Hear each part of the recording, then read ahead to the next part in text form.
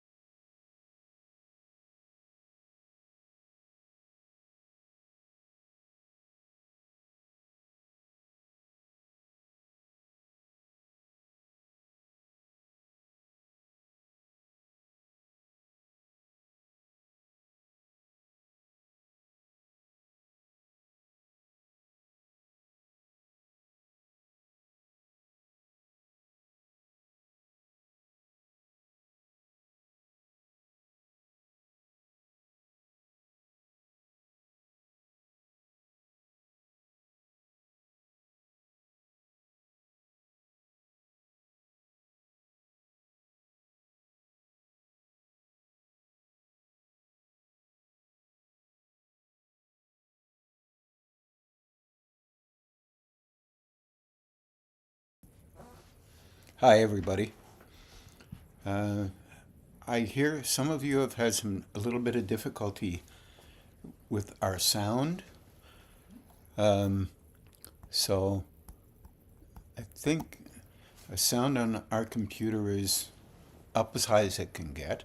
So I suggest you turn up the sound on your computers, um, just because it is important if you have a hard time hearing to let us know. Anyway, that's great.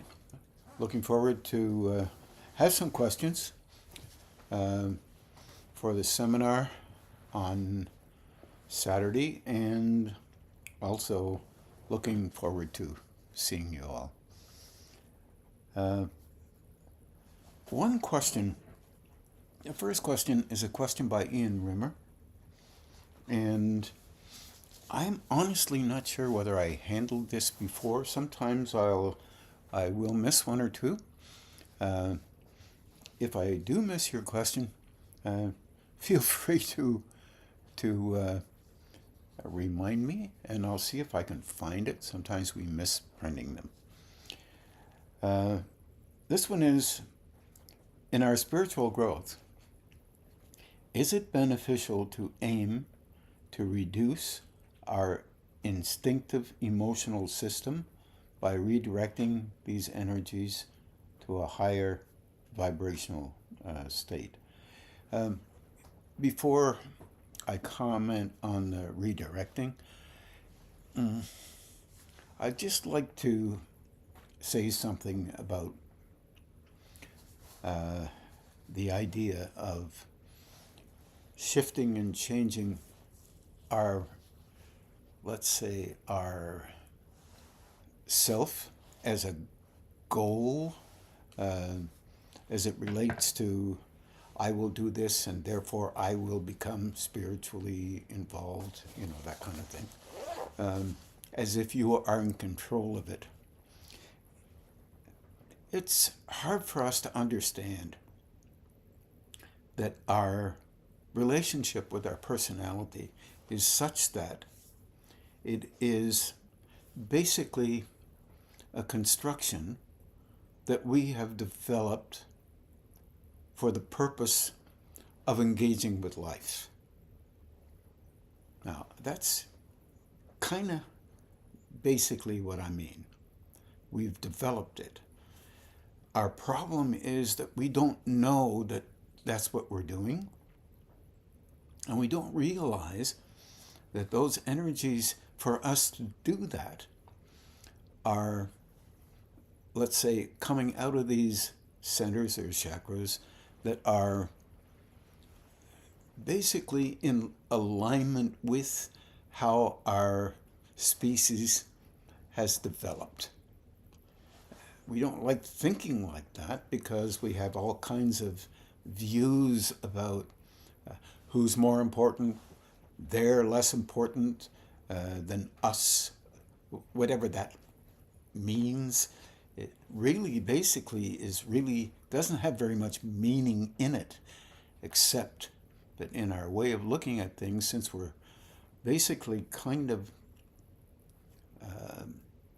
semi-adolescent almost, we have to have a version of our side is better than their side, this kind of idea.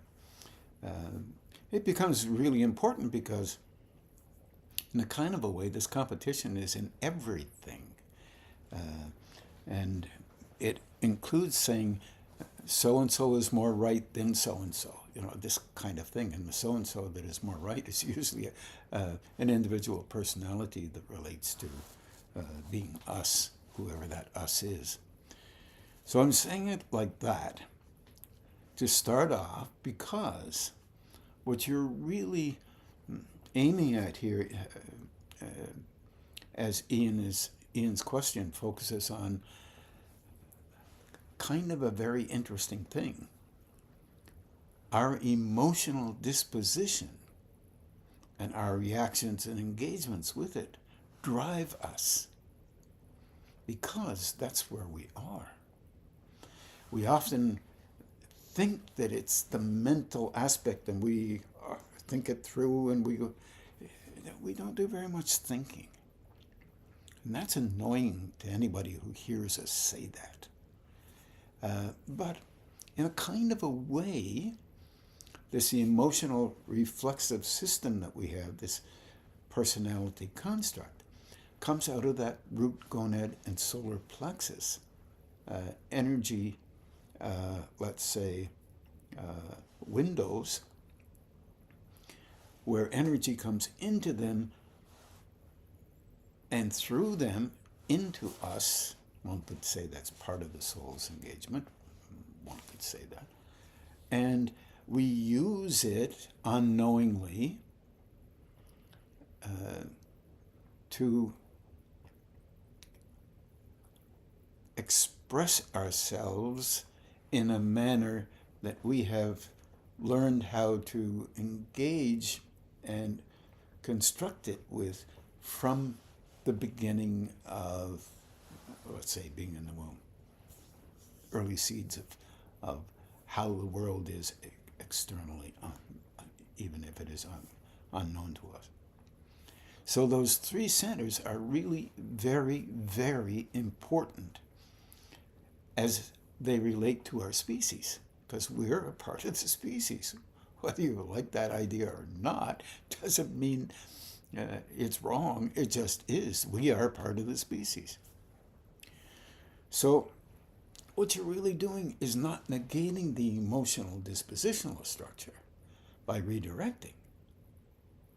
What you're doing is, in a context, in a moment, in a particular second, when you over-engage or bring a strong thrust forward of emotion to validate how you've expressed in some way, you're really doing that to protect the images that you constructed and the great value that you place on it, or the love that you believe is there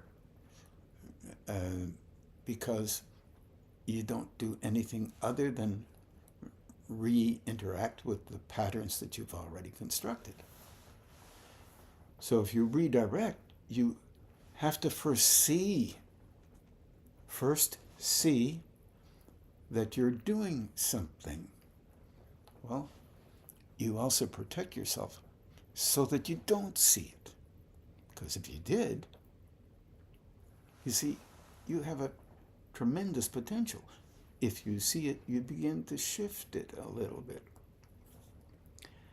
Then the tool itself, the personality itself, as it has been constructed, doesn't like that because it protects itself. It's a strange way to talk. In fact, you, this personality that you call you, is only an aspect of you. You are that energy that has come through those first three centers. You redirect to stimulate other centers, at least in the level of those three.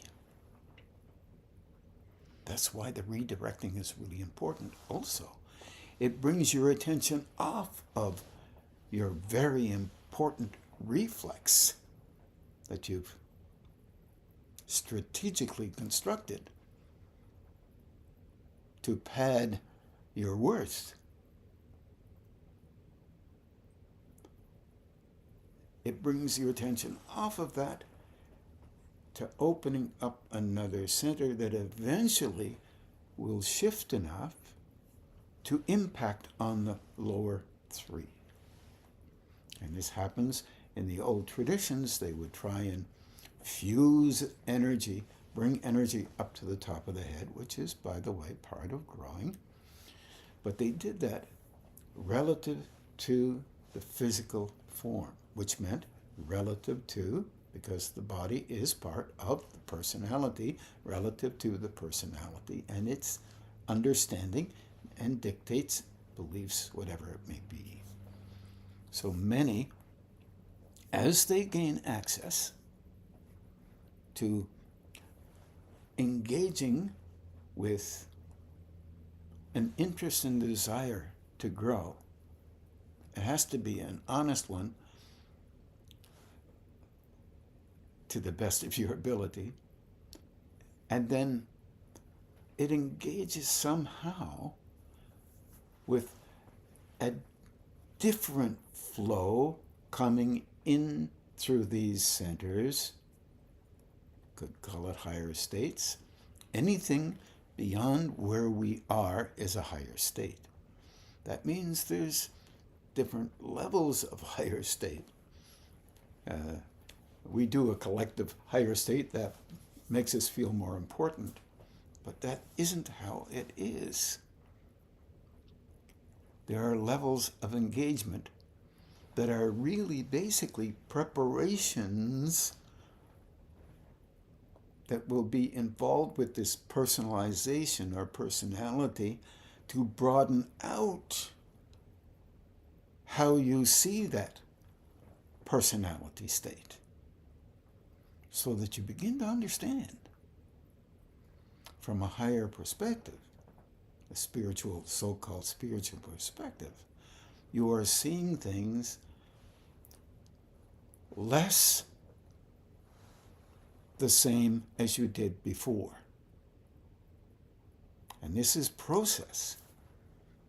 And fundamentally, you go through various stages of these things, these levels, slowly, so that the personality tool that you constructed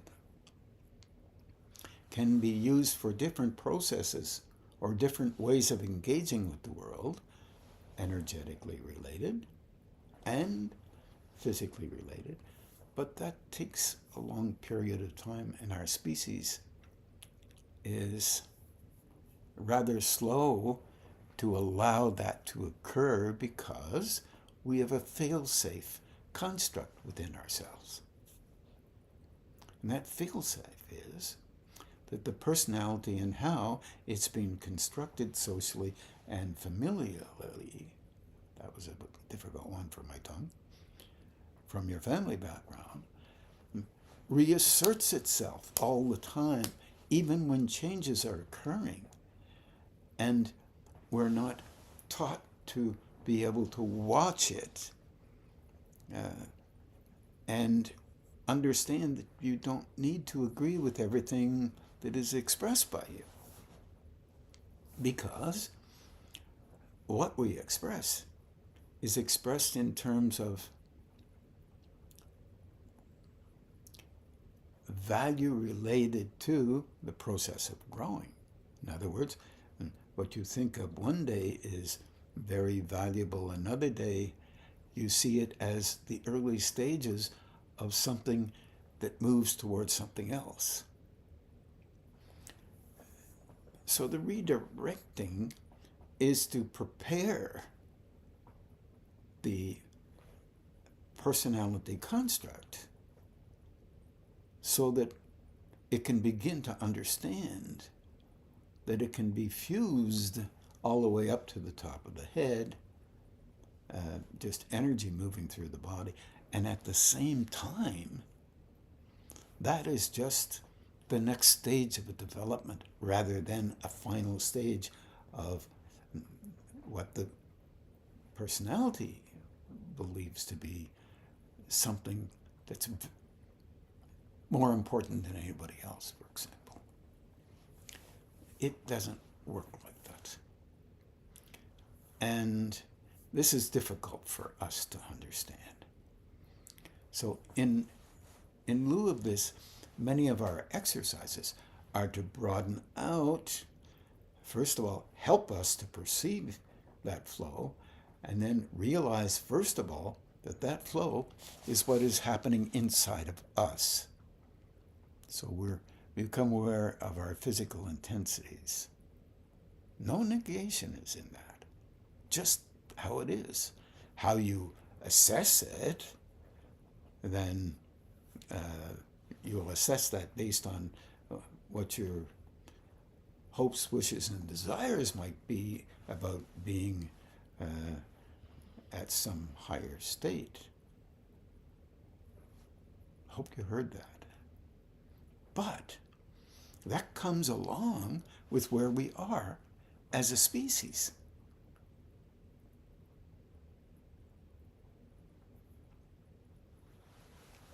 We think that we are the center of the universe in a kind of a funny way. Of course, they used to think that way back in the 12th century, but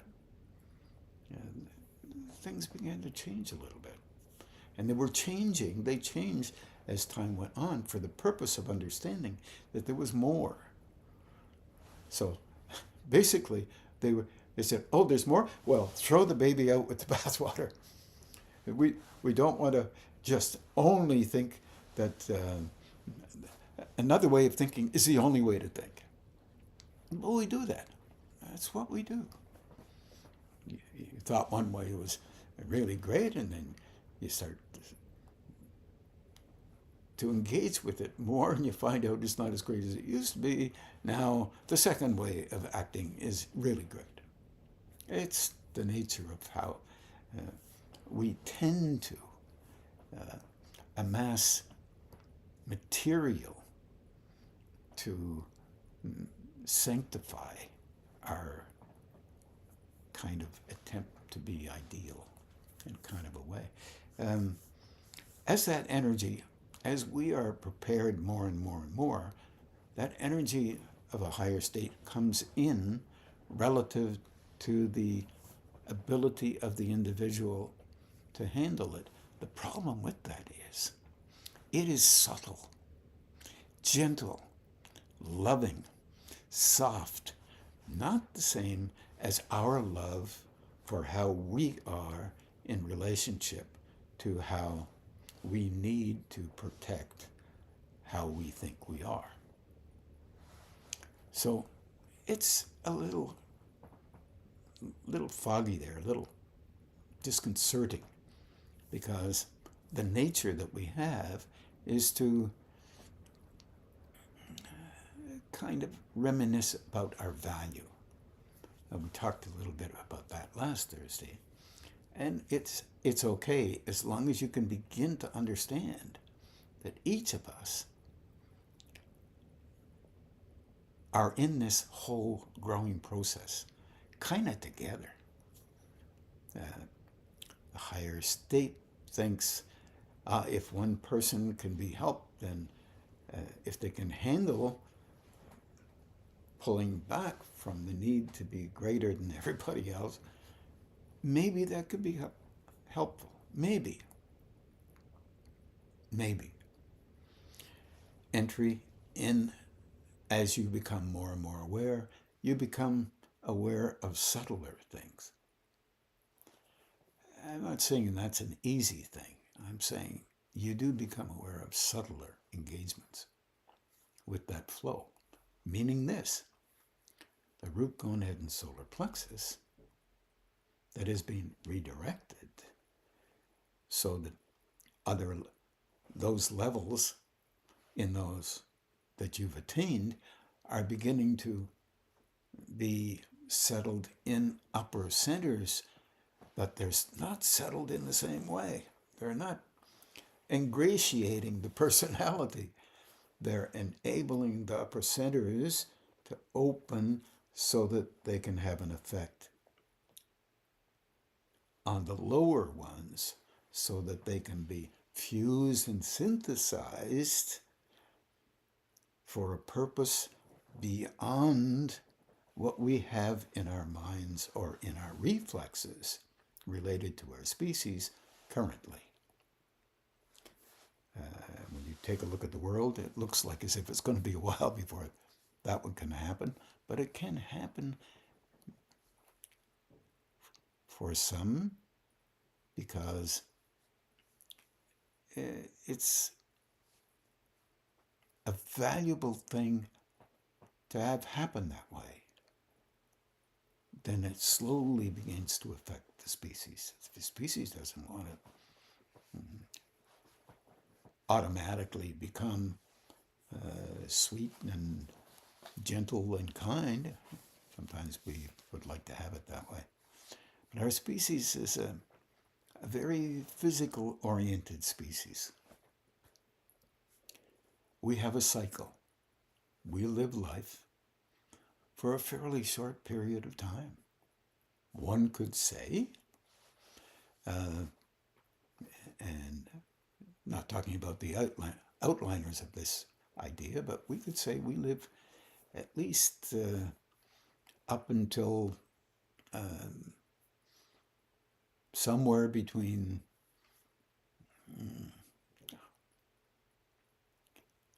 I was going to say an age, but unfortunately that doesn't work either, because people die young. They die to these planes. People die in middle ages, in older ages, and one person that I had met years ago died at 140. I think it was 143 or something like this. No way of proving that except that he was honored by groups of people because he lived so long and he was a spiritual guy. But his body was still here, and then it wasn't. Normally people have passed before they reach 100. More people are being 100, and there's reasons for that, perhaps. But age is not the criteria of spirituality at all. It's more like genetics are, and how that operates in our system, and the function of our cells, now how that operates in our system, depending on our environments. You can look this stuff up and read about it. Do that. It'll help you to make some sense of things. And then you realize that our engagement with this world is fundamentally very physical. And the other add-ons are part of our journey, our process of growing. So also there was another question, and that if you can make sense of what I've just said, shows that Ian is thinking, trying to figure out just exactly what and why you do things, not only do them. And those questions are very valuable. And so are we redirecting to stimulate energy centers to allow an increased spectrum into these planes? In a kind of a way that is true. Remember, by redirecting, you're adding energy to the dormancy of, or partial dormancy of, centers that are above the diaphragm, one could say. A lot of thought is put on this, that if you, for example, open all of these centers above the diaphragm, then energy will be moving up from the root center to the top of the head. But it's no guarantee that you'll act any differently, because you need to be conscious of how you function. And this is not a new idea, very ancient idea, so that you can begin to reconsider how you function and do the best you can with it, rather than only reacting to the fact that everyone else is wrong in their existence and you're more right. Well, is that a possibility? Can that kind of thing happen? Of course it can. And can it happen when you're already fused up to the top? Absolutely. Because your focus is on the protection of the value you place on the images that you've created from what you can remember or perceive in how you engage with life. And you might believe that you're the only one to come up with the idea that you came up with, which is a false premise. You may speak it out in a group of 10 people first, but it doesn't mean they haven't thought about this one first. It's just a fundamental understanding of human nature. In other words, understanding yourself and giving space in that for the understanding of others and where they're coming from. Very interesting question. Thanks, Ian, for that question. And at least now I know for sure I've talked about it. Okay, here's another one. This one is from Natalie Taylor. And of course, it's a question that may touch some folks more than it touches others, but it's an interesting question. Could you talk about having an internal authority as well as an internal rebel, and the way they battle each other in our personalities? It can be a bit difficult to find the middle ground between these two stances. It's an interesting thing that the question is placed on paper this way.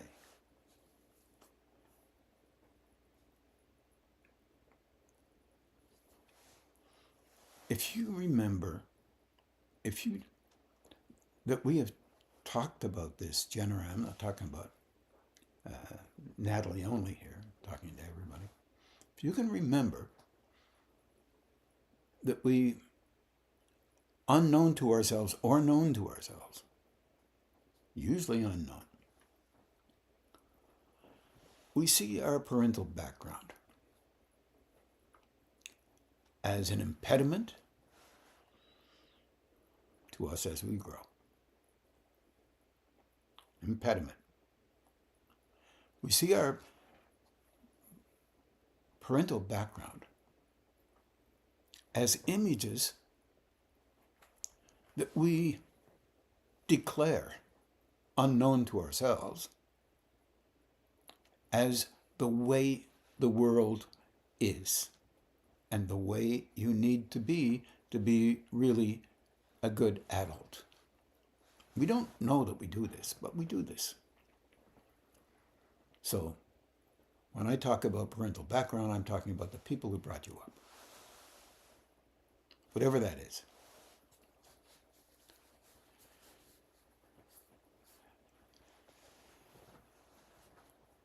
Also, when this is occurring, there is the thunder of an engagement with the tremendous amount of material that you do not and cannot in any way remember. In other words, you don't remember thinking these things. You just act them out. This is unconscious, or let's say unknown stuff you act out. So you're not trained to look at them and say, I don't want to do that. I don't want to do that. I don't want to do that. What you're trained to do is act exactly the same way as you see acting should be. And this is acting. It's an expression of how a person may function. This can be exceedingly positive or not so positive at all. How you reflexively make up your mind that you are like this or like that is the part where we have difficulty. It's reflexive. So you end up, you may not like the way one parent acted with you, or the other for that matter, But you end up playing it out, acting them out. Because as a young person, you're taking on the energetic transmission of these other people. Let me put that a different way. If you're not hearing that, if you're not aware of that transmission, none of us usually are at that time,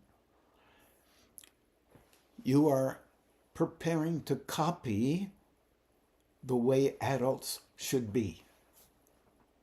And you do. But you are the doer. And you have options. But you don't know and don't feel like you have those options because those options are embedded in you. All right. You may use them differently than your parental background may use them, or you might use them the same way. Or you may assess things in the valued way that your parental background valued them. This is complicated. So basically, in a kind of a way, your parents did the same thing. So, you might say, how long do you want to do the same thing if you would find that others doing that to you would be miserable?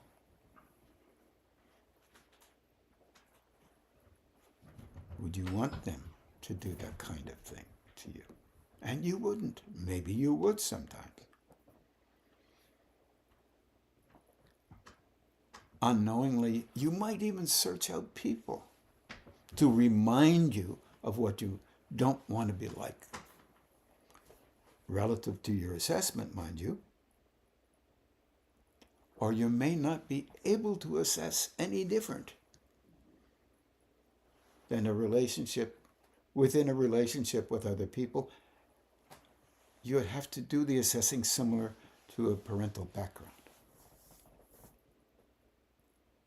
That would make you, as we talked about last Thursday, the hero in your world of creativity, because it may not be real.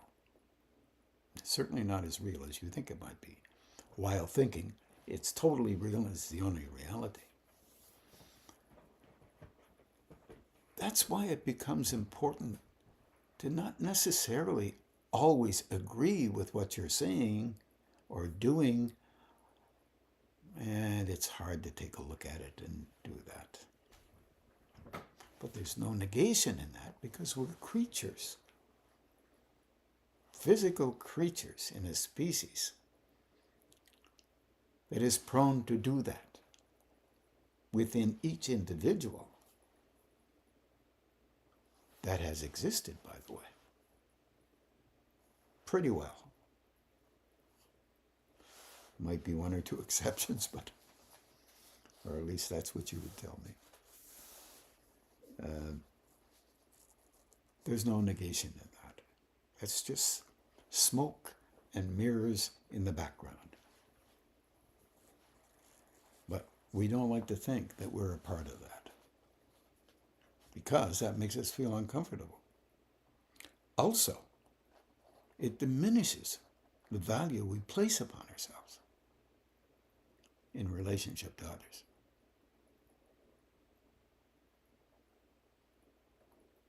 Uncomfortable.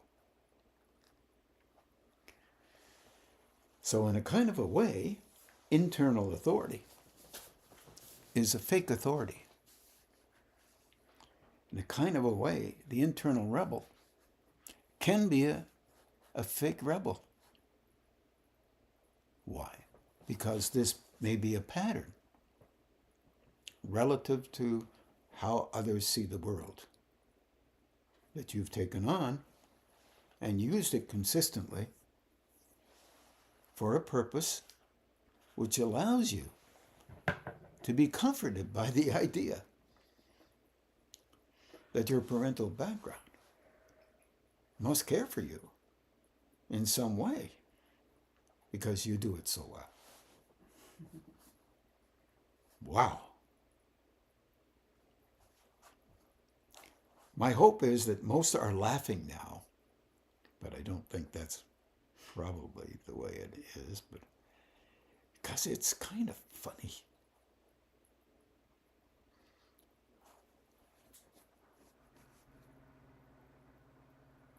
I can't see my parents or anybody's parents saying, I'm going to tell you about us.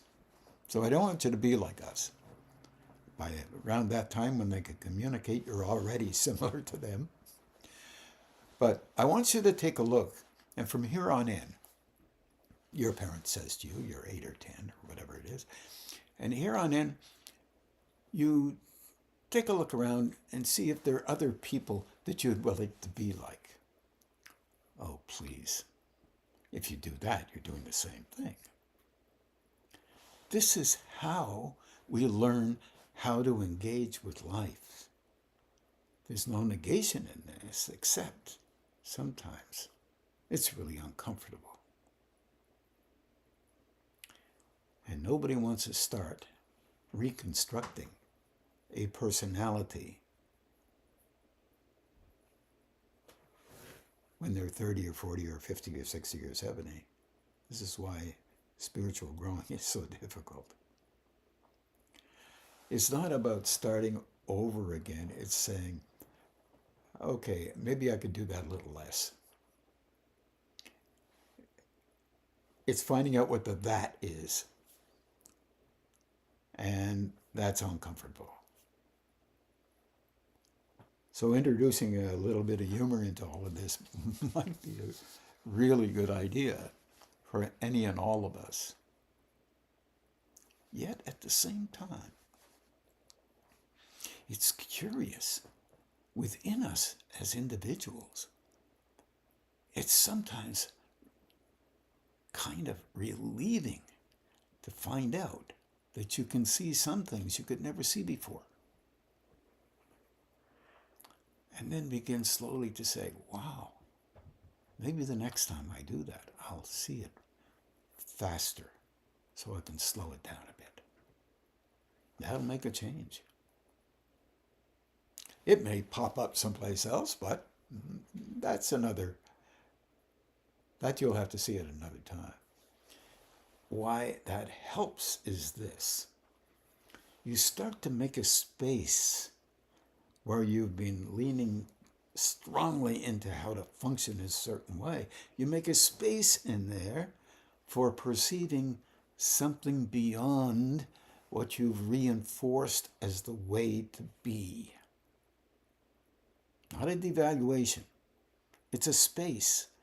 And in that space, if you've begun to perceive energy that relates to how you function, and that's wonderful, then slowly you begin to notice that there is a subtlety, softer, in the next phase of growing, that's gentler.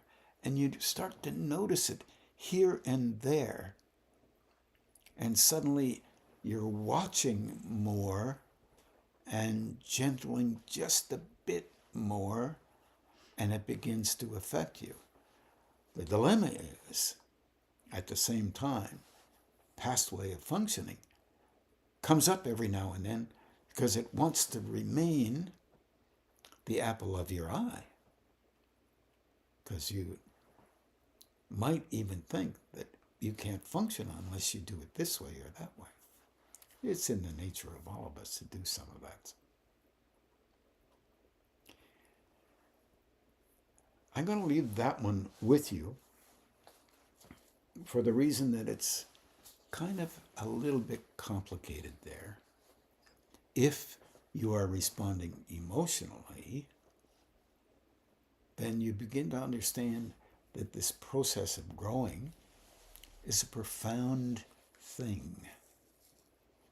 Not just an intellectual thing or a memorization of 1,000 different ways to see things, but it's an experiential thing where you slowly engage through meditation, through trying to link with that higher state. Highly personalized, of course, through various ways of talking, meditation, loving, and seeing what you love in you more as it shows itself. And wondering if it's possible to soften down that loving in some places and help it be increased in others. Go slow with this. It is a process, but it is a wonderful process. And all we can do is take one piece at a time and continue. That flow gets not stronger in the sense of force, it gets stronger in the sense of opening, deeper than what we are naturally inclined to open in our species. Now I'm going to, since we have a seminar on Saturday, I'm going to close off and we're going to meditate and save some of these other questions for Saturday. So I wish everyone well. Thank you so much for these questions, and I'll see you on Saturday.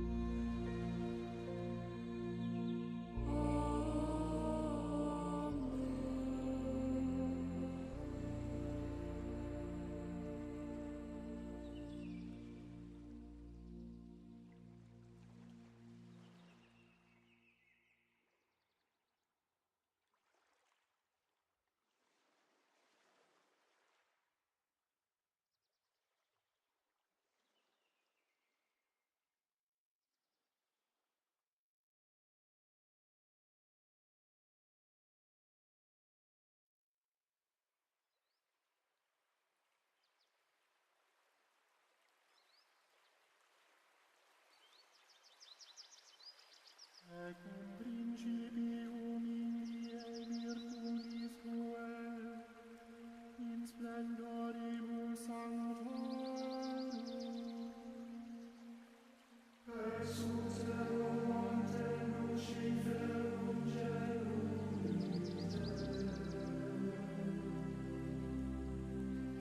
Ixir Dominus Domino meo, sede alex lis mei, non equam inimicos suos, scade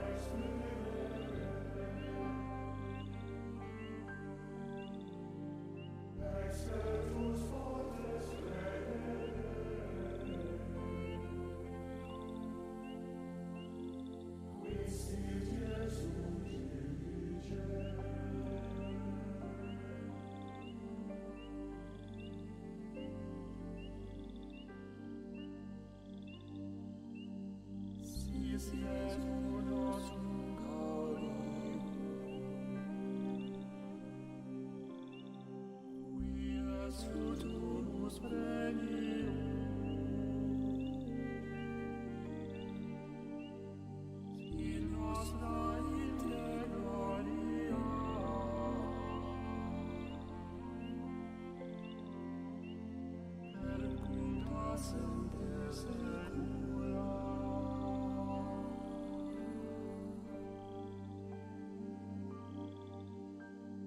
Sis Jesum nostrum gaudium,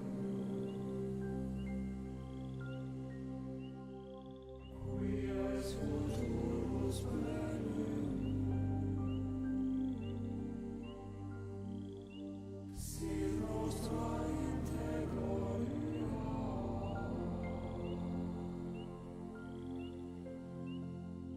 per culta semper secula.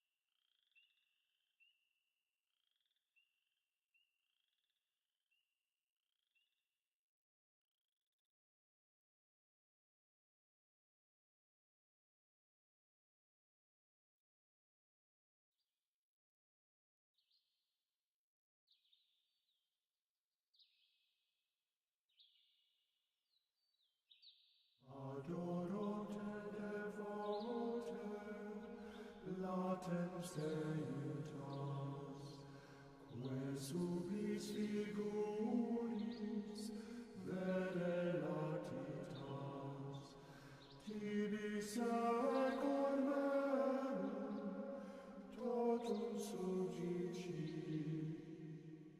quia te contemplans, totum defici.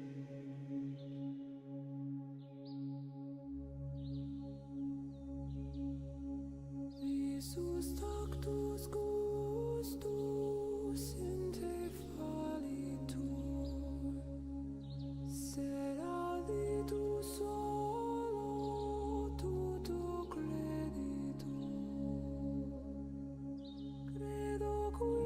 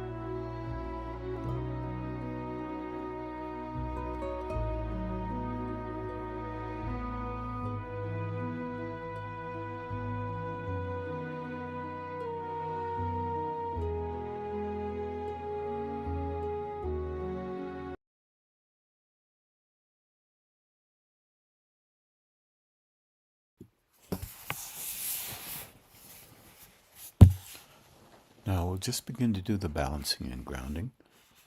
And good night, everybody.